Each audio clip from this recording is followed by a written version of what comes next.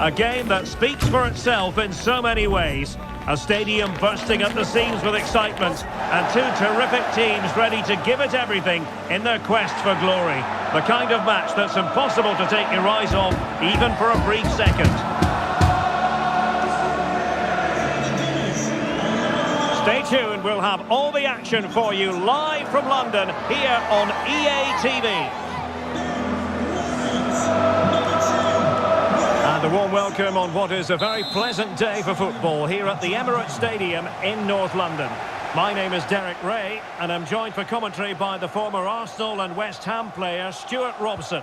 I'm very much looking forward to bringing you action from the... Hello, welcome back to Armchair Armory, and we are back again. Sorry it's so late, this video. It's been a crazy week. Still getting used to the new place, so that's probably why I've sort of run out of time and probably won't get many views on this on this video. But yeah, and then last night I was out with work and didn't get home until late, so unfortunately didn't have time to record this part of the preview. But here I am now. Whatever will be, will be. So yeah, Brighton tomorrow. 12:30 kickoff. It's been an interesting few days, or a few weeks since the Premier League started. Obviously, as I'm recording this, this is summer transfer deadline day. We've made one transfer so far, and there's still 2 hours left. I don't actually think we're going to sign anyone. There was rumours that we may sign Raheem Sterling on loan earlier on in the day. We've literally just completed, I think in the last couple of hours, we completed the loan move of Neto, the Brazilian goalkeeper from Bournemouth, who's coming in as Aaron Ramsdale goes out on a permanent transfer for £25 million to Southampton. I'm pretty bummed about that, to be honest. Like I didn't think it's just a shame the way it's ended up. And no disrespect to David Raya, but I think the way that Ramsdale's sort of been frozen out of the club has been a bit out of order. I don't think it was necessarily the right thing to do. The way that it was done, I think playing wise, if we're talking pure football, if we're talking like football prowess or whatever, it probably was the right thing to do. But I think the way that the club went about it was quite scandalous, to be honest, because you can't just, you know, make this person the number one and then literally the only thing I can think, as being a logical person, the only thing I can think is something happened between the season before last and last season for Arteta to think, yeah, this isn't the guy for me. Either he slight Arteta in some way and made did something towards him, or Arteta just realised and the coaching staff just realised he's not what we need. And so far, if you talk about the second half of last season and the first two games of this season, Raya has kind of silenced his critics in a way. I mean, I think he's still got more to do in terms of winning over the fans because of the way that the Ramsdale thing was handled. But I don't necessarily think that, yeah, that he's all of a sudden going to be a fan favourite. I think the save he pulled off against Villa last Saturday probably assisted with that, but I don't necessarily believe that it's nailed him on as like, yeah, we see him as the number one. Especially if Ramsdale goes to Southampton and starts, you know, keeping clean sheets and pulling off mad saves and stuff like that, people will be resentful, which is a bad thing. So yeah, we've sold okay in this transfer window. I mean, I know I was meant to be speaking about the Brighton game, but yeah, there's obviously a lot of transfer stuff has been going on. So Marino has been announced as well. But yeah, we've actually sold okay so far. Sold Eddie Nketiah, 30 million to Crystal Palace. Fabio Vieira has gone out on loan, which was a bit of a shock, to be honest. I thought that this would be the season where he would be like the sort of second place for Ødegaard, essentially. But that doesn't look that's going to happen. That looks like it's probably going to be Marino, even though Marino is more of an 8 than a 10. what else has happened? Oh yeah, Emil Smith-Rowe was earlier on in the transfer window. I was a bit sad about that because I felt like that season where we were going for top four and we lost out to Spurs, that was where I was like, yeah, Emil Smith-Rowe could kick on from here. But then, too many injuries in and out of the team. Yeah, it just wasn't. It was the only thing he could do. It's the same with Ramsdale. Like Ramsdale probably had to leave in order to play, essentially. Bit of a knockdown for him going from like a title challenge to a team that's probably going to be fighting relegation this season.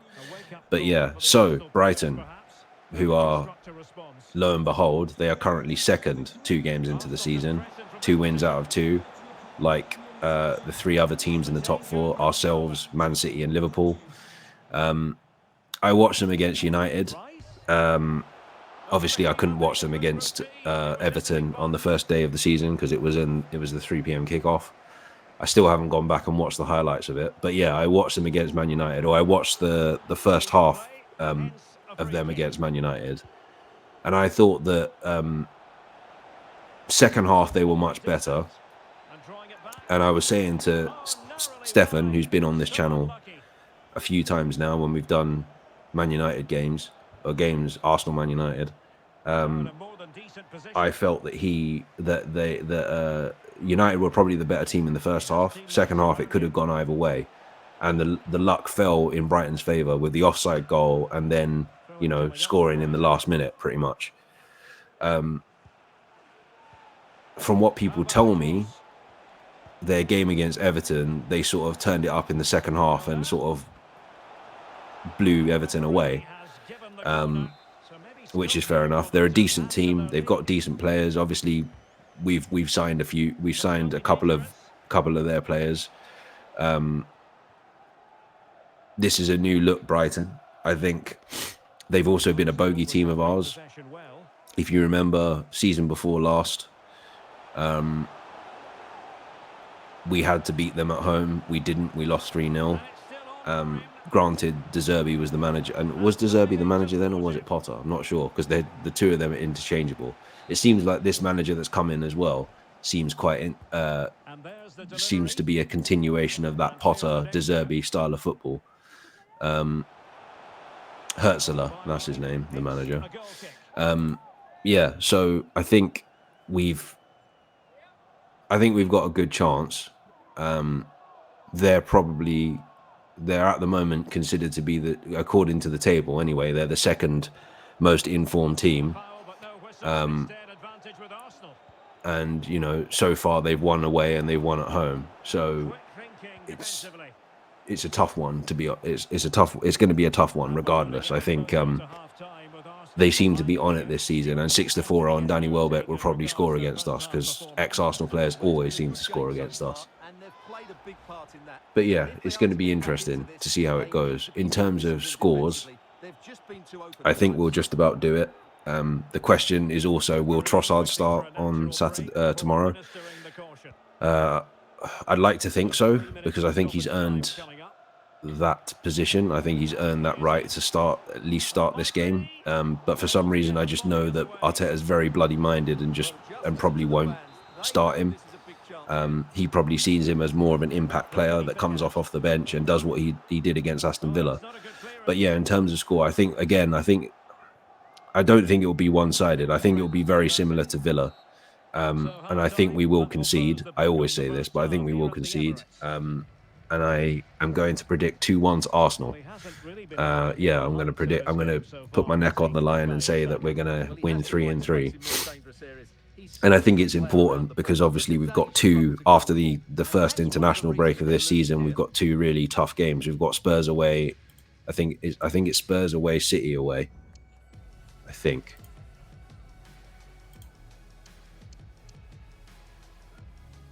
I'm just looking at the Arsenal website, and yeah, they've announced Neto.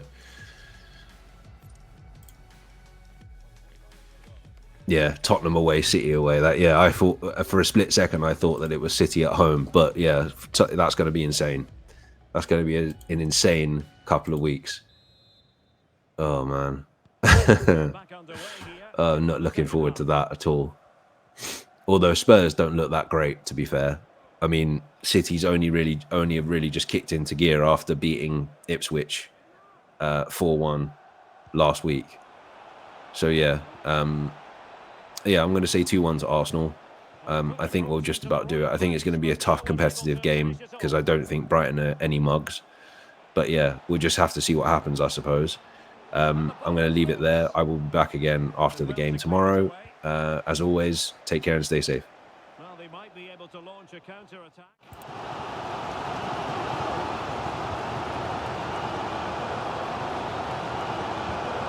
Declan Rice. Partey. White.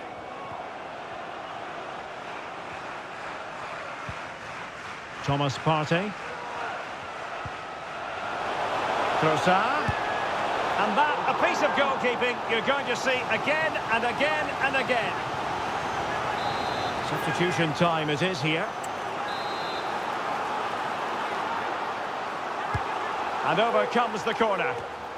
Well, that was never likely to trouble the keeper.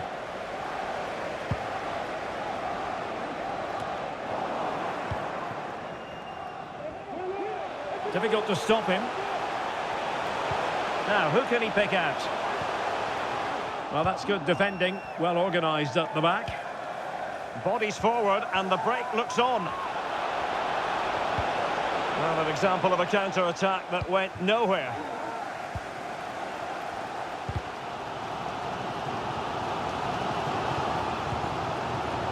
And back to Raya. Declan Rice.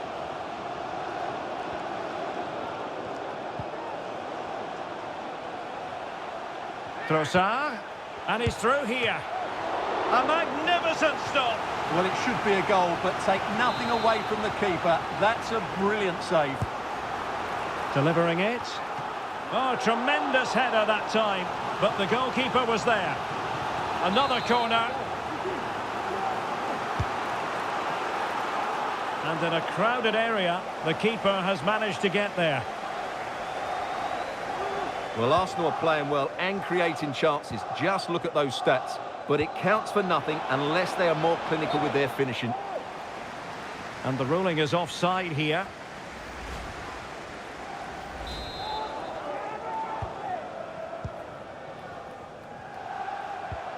Havertz. Very quick thinking there.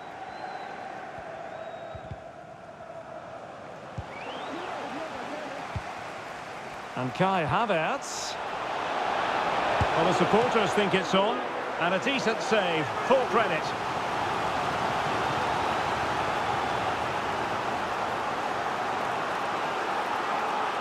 Substitution for Arsenal.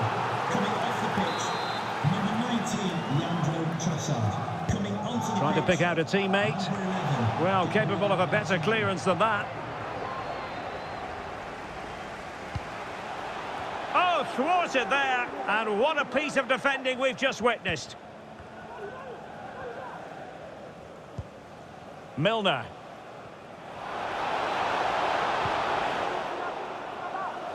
And easily intercepted.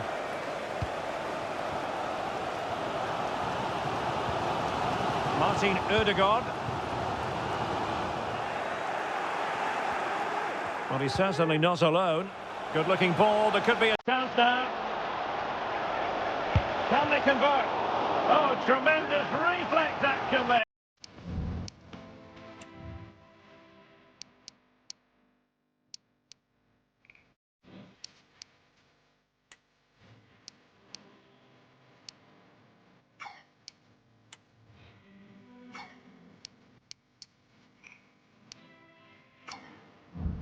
From the keeper.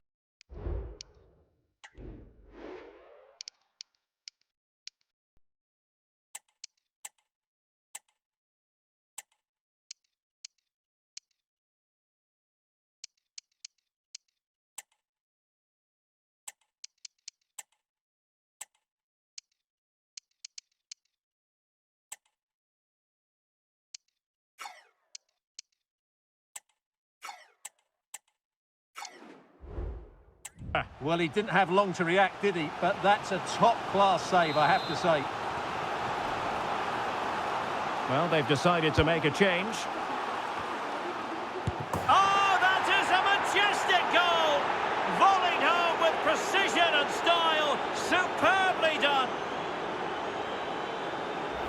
Well, here it is again. It's a good delivery from the corner. And then just look at the finish, Derek. He reads the flight perfectly and absolutely smashes it beyond the goalkeeper. There's just no stopping that. Well, the action continues, and no shortage of goals. 3-1 as things stand. Well, that took confidence. Chance to reduce the arrears. Tremendous defending to stonewall him.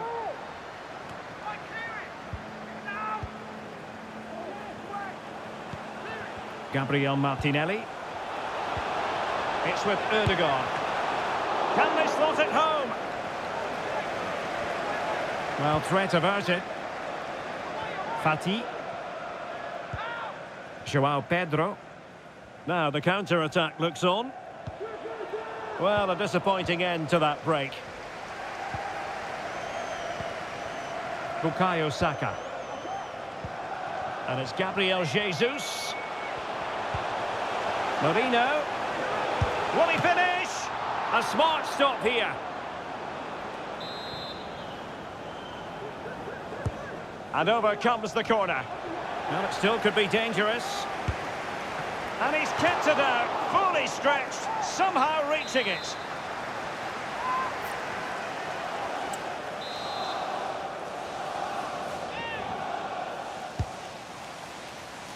Appeared to be in two minds. Gabriel Jesus. And hit with ferocity. It was close, but not quite good enough.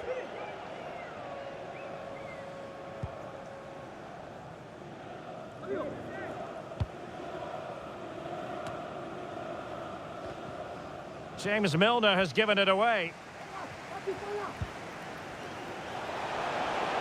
Oh, that's a super piece of defending. Can he get one back? And a simple clearance, a good one.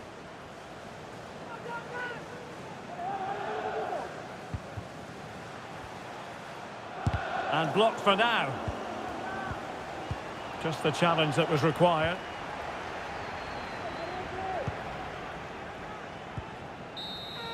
So the referee's whistle means full time, and it goes into the books as a defeat for Arsenal. Well, Derek, they were certainly off the pace today. Beaten to the ball in too many key areas. They need to refocus now and perform better next time out.